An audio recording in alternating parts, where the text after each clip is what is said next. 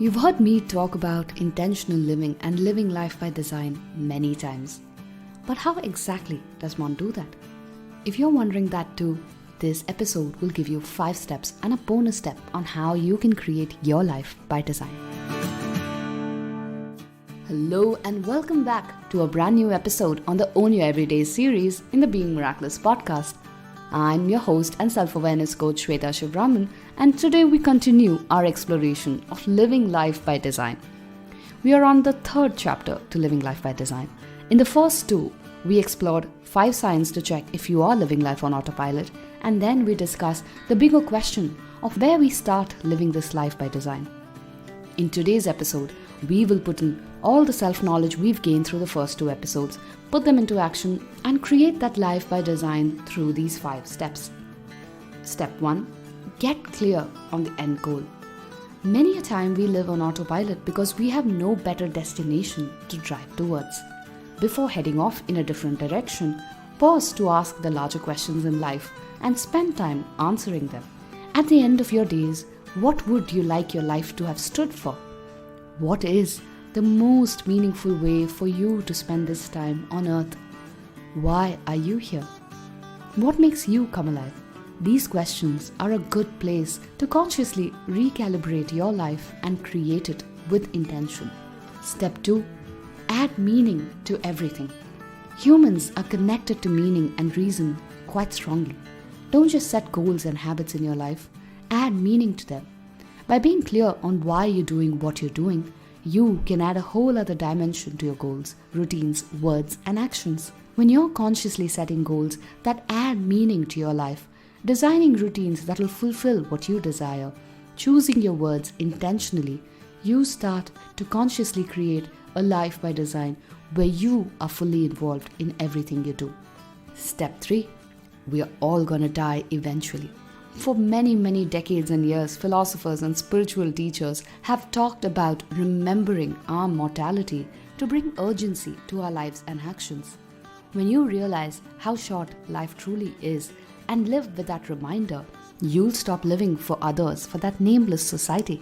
When you learn how little the time you have left in the world is, you'll stop trading it in for achieving someone else's goals and focus on what matters most to you.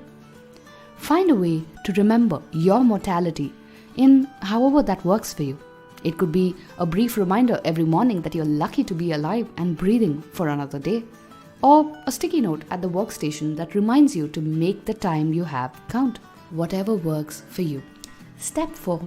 Take your foot off the gas pedal. With one foot on the gas pedal, there's no slowing down or pausing to reflect whether we are on the right track. So if we really want to be intentional with life and make every moment count, we need to carve out the time to reflect and make conscious choices.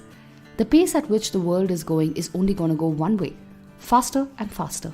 So it's up to us to realize when we need to slow down and take corrective measures. So make time for conscious reflection and decision making periodically. Maybe once a month if once a week is too much to fit in your busy schedule. Step 5. Focus on one activity at a time.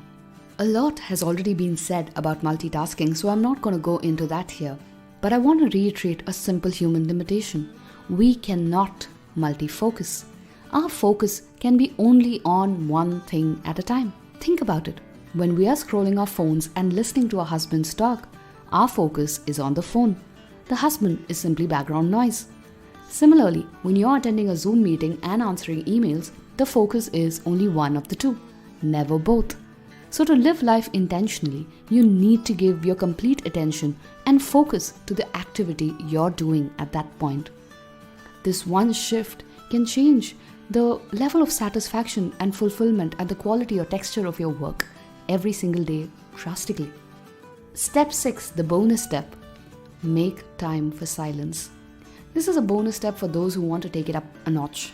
In today's technology-first world, we are all overstimulated. There's a lot more information coming our way than we have time to process. And living intentionally becomes more challenging because there's always much to do and barely enough time to get them done. Remember, you can never do it all. Every now and then, instead of having FOMO and feeling rushed all the time, make time for silence. stillness is one of the most potent ways to get clarity. Our subconscious is always watching, and there is an inner knowing that we can tap into. But we can gain access only if we make time for silence, not otherwise. So, there is no own your everyday tip this week. Experiment these steps, make it your own. Remember, you cannot unconsciously live life by design. It requires conscious and deliberate effort. You have to be in the present moment, involve yourself completely, and create that life over time. And the beauty is that we already know how to do it. We just need to stop ourselves from being distracted, from being so distracted, and allow space and time for our inner knowing to spell it out for us and give us directions. Until we meet again, this is Shweta Shivraman signing off, hoping you have a phenomenal week ahead.